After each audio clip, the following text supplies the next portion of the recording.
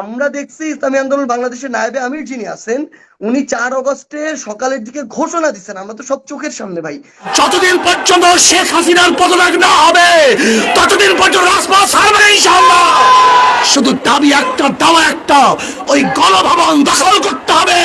আমার ভাই হসপিটালে ঢুকে দিলে মরছে, আমার ভাই জেলখানে অবরুদ্ধ অবস্থায় আছে, আমার ভাই কবরের মধ্যে চলে গেছে। ওদের বিচার না করা পর্যন্ত রাজপথ ছাড়বে না ইনশাআল্লাহ। আমি প্রশাসনের ভাই থেকে বলতে চাই, আমি আর্মি থেকে বলতে চাই, পুলিশ থেকে বলতে চাই, জনগণের টাকায় বুলেট যেন জনগণের বুকে বিদ্ধ না হয়। ইসলামী আন্দোলন বাংলাদেশ পেশার চরমানাই প্রথম থেকে ছিল, আছে, থাকবে ইনশাআল্লাহ।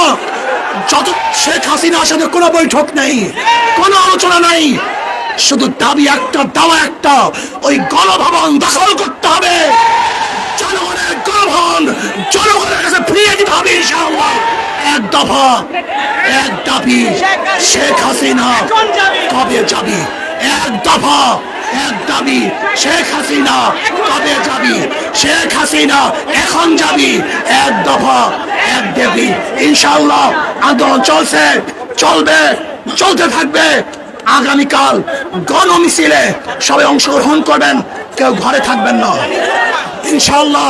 আগামীকাল গণমিছিলে ছাত্র জনতার প্রত্যেকটা প্রোগ্রামে এবং কর্মসূচিতে আমরা ঐক্যবদ্ধ হব। আল্লাহ আমাদের সবাইকে কবুল করেন। ছাত্রদের পক্ষ থেকে আলহামদুলিল্লাহ, ছাত্র জনতার পক্ষ থেকে হুজুরকে লাল গোলাপ শুভেচ্ছা। নারায়ে তাকবীর। আমি যদি আমার স্কুলের কাউকে স্বীকৃতি দিতে পারি, আমি কেন মাদ্রাসার কাউকে দিতে পারবো না? আমি যদি মাদ্রাসার কাউকে দিতে পারি, আমি কেন ইসলামী আন্দোলন বাংলাদেশকে স্বীকৃতি দিতে পারবো না? তারা তো ছিল। আমরা দেখছি ইসলামী আন্দোলন বাংলাদেশের নায়েবে আমির যিনি আছেন, উনি 4 আগস্টে সকালের দিকে ঘোষণা দিচ্ছেন, আমরা তো সব চোখের সামনে ভাই। ঘোষণা দিছে 5 আগস্টে সকালে 10টা 11টার দিকে গণভবন অভিমুখে যাত্রা করবে।